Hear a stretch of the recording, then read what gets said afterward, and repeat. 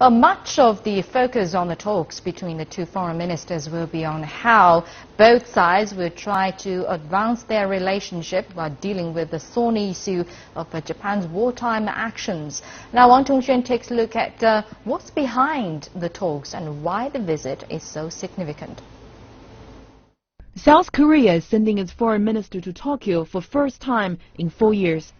And there's a lot to talk about. Overshadowing the anniversary of the restoration of the diplomatic ties is the ever-present controversy over Japan's wartime abuse of thousands of Korean sex slaves. Japan refuses to formally apologize over the issue, something that's caused much hurt and anger in both South Korea and China. That's been made worse by the recent push for UNESCO recognition of industrial sites which are known to have used slave labor leading up to and during the war.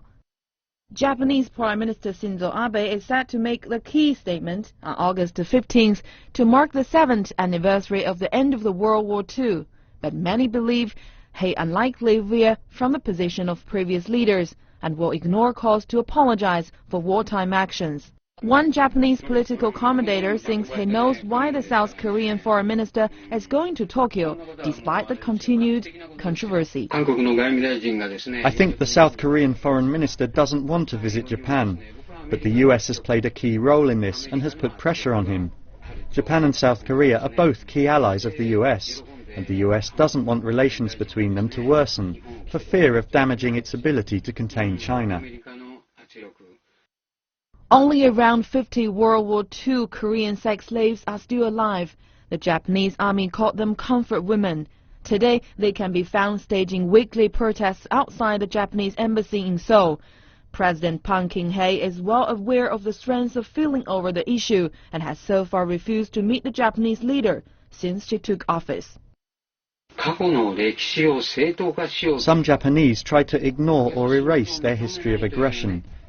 The former Japanese Chief Cabinet Secretary Kono Yohei started a process of facing up to the sex slavery issue, but Abe's cabinet has tended to reverse that process. The sex slavery issue is the biggest obstacle between Japan and South Korea.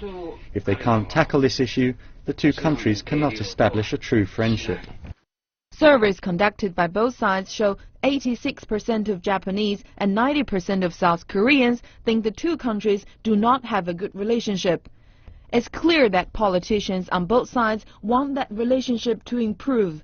But there's much to do, and a lot will depend on how was discussed during this visit and what gets said during the somber memorial events to come.